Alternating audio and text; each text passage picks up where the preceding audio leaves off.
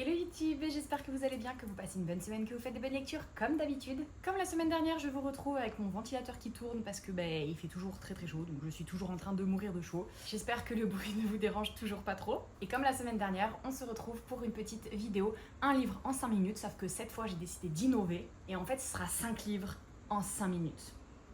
À peu près quoi. Parce qu'aujourd'hui j'avais trop envie de vous parler de la saga Season de Morgane Moncomble. Je sais que cette saga est extrêmement connue et je sais aussi que c'est de la romance pure contrairement aux autres vidéos que j'ai pu faire auparavant, donc c'est possible que ça n'intéresse pas forcément tous ceux qui regardent mes vidéos, j'en suis désolée, mais j'avais vraiment envie de vous en parler parce que c'est quand même extrêmement fort ce que Morgane a réussi à faire avec ses 4 livres et j'avais trop envie de faire un petit focus dessus quoi. Donc je vais vous parler des livres assez rapidement et puis je vais vous donner comme d'habitude mon petit avis sur la saga. Donc la saga Season d'abord, qu'est-ce que c'est en fait? Parce que je vous dis ça comme si tout le monde connaissait, je pense que tout le monde connaît mais on sait jamais. En gros c'est une série de 4 tomes comme vous pouvez le constater. Il y a un automne pour te pardonner, un hiver pour te résister, un printemps, Marie, suis un peu, un printemps pour te succomber et un été pour te retrouver. Logiquement, vous vous en doutez un petit peu avec les titres, chaque tome se concentre du coup sur une saison et l'histoire des protagonistes va s'étaler sur la saison concernée.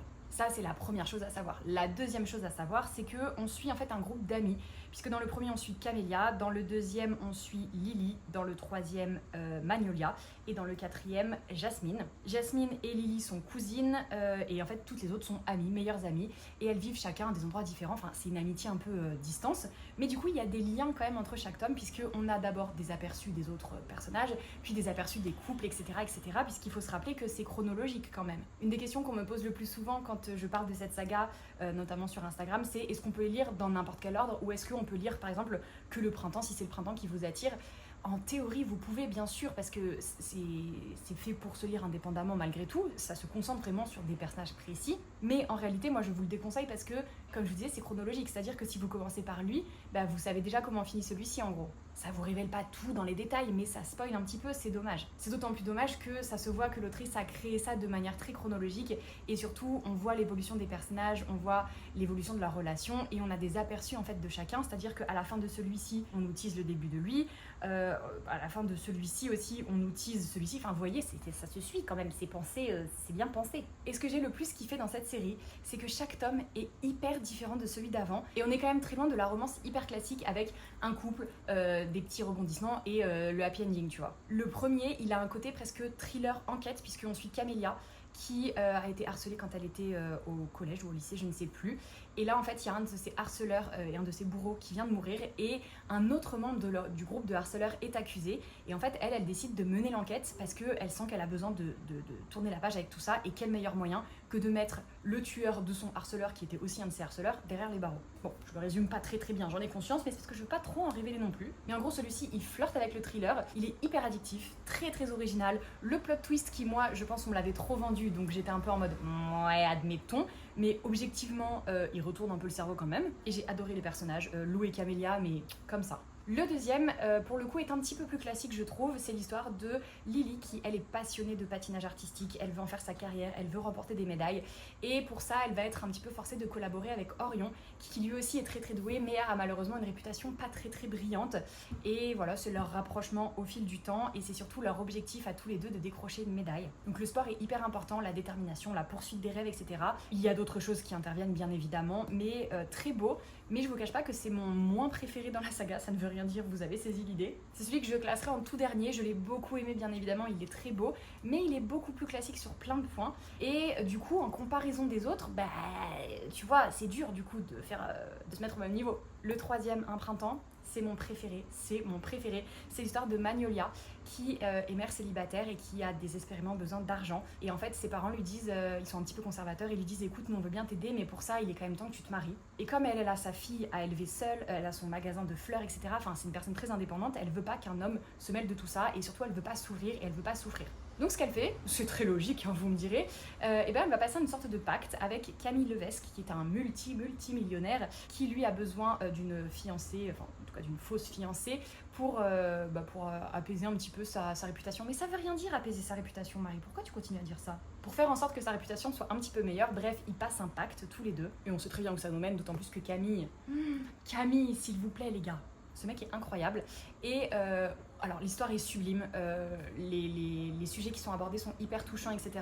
Mais je vais pas vous mentir, c'est Camille qui à 80% a fait que ce livre est premier dans mon classement. Moi je suis lucide, je ne fais pas semblant. Je suis tombée raide amoureuse de lui, voilà, c'est dit. Et le quatrième, c'est l'histoire de Jasmine qui était en couple avec son amour de lycée depuis des années et des années. Et en fait, ils se sont séparés. On ne sait pas pourquoi. Ça s'est très mal fini. Ils l'ont tous les deux très mal vécu. Et là, presque 3 ans après, si je me trompe pas, ils se retrouvent au mariage d'une de leurs amies en commun. Et du coup, ils sont obligés de passer tout l'été ensemble parce qu'ils font un road trip avec le groupe d'amis. Ça va révéler plein de choses et ça va surtout réveiller des démons. Et pas que des démons, peut-être aussi une petite attirance qui restait entre eux. Et voilà, c'est comment on se remet de tout ça et tout ce qu'on va découvrir en fait autour de leur couple et de ce qui les a séparés. Dans chaque tome, du coup, on aborde des sujets qui sont quand même hyper importants, qui sont pas toujours faciles. Donc je vous invite quand même à aller voir s'il y a des listes de trigger warning. J'essaierai de penser à les mettre en description de la vidéo. Si jamais j'oublie, parce que c'est fort probable, n'hésitez pas à me demander en commentaire. Donc c'est pas des romances toutes choupies, enfin si, c'est hyper choupi, sauf peut-être le premier. Dans le troisième, il y a des trucs pas trop... Non mais en fait, tous, il y a des trucs pas trop choupis quand même dedans. Ce que je veux dire, c'est que c'est pas des petites comédies romantiques hyper légères, nanani, nanana, on danse dans la prairie, etc. Non, là, ils souffrent, clairement. On souffre avec eux, beaucoup. Mais c'est tellement bien écrit, les gars. Franchement, le style de Morgane, il est sublime. Il y a des phrases absolument magnifiques. Les personnages sont tellement attachants que quand tu refermes le livre, en fait, t'as pas envie de refermer le livre. Tu aimerais que ça dure à jamais et j'attendais avec impatience et en même temps j'avais peur d'avoir le dernier tome de la saga parce que je savais du coup que ce serait le dernier et j'avais pas envie de quitter ce petit groupe d'amis.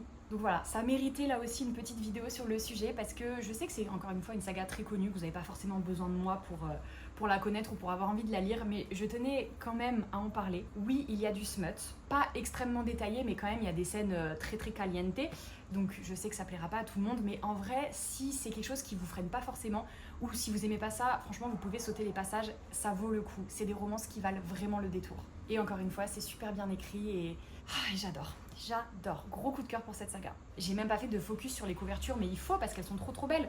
Donc je vous les montre. Ça c'est du coup le premier tome, le tome 2, le tome 3, mon bébé d'amour, et le tome 4. N'hésitez pas à me dire en commentaire quelle couverture est votre préférée, que ce soit pour les couleurs ou les détails qu'on voit dessus. N'hésitez pas aussi à me dire si vous les avez lus, et si c'est le cas, quel est votre classement. Moi j'avoue que de celui que j'ai préféré à celui que j'ai le moins aimé, entre guillemets, ça fait 3, 4, 1, 2. Le premier, je l'ai vraiment surkiffé, contrairement à d'autres personnes, parce qu'en fait, vu que je ne lis pas beaucoup de thrillers, ou que j'ai pas l'habitude de lire des romances qui flirtent avec le thriller, bah, j'ai été quand même vachement happée. Alors que je pense des personnes qui ont l'habitude de lire des policiers, elles vont être un peu mitigées, mais moi j'ai kiffé.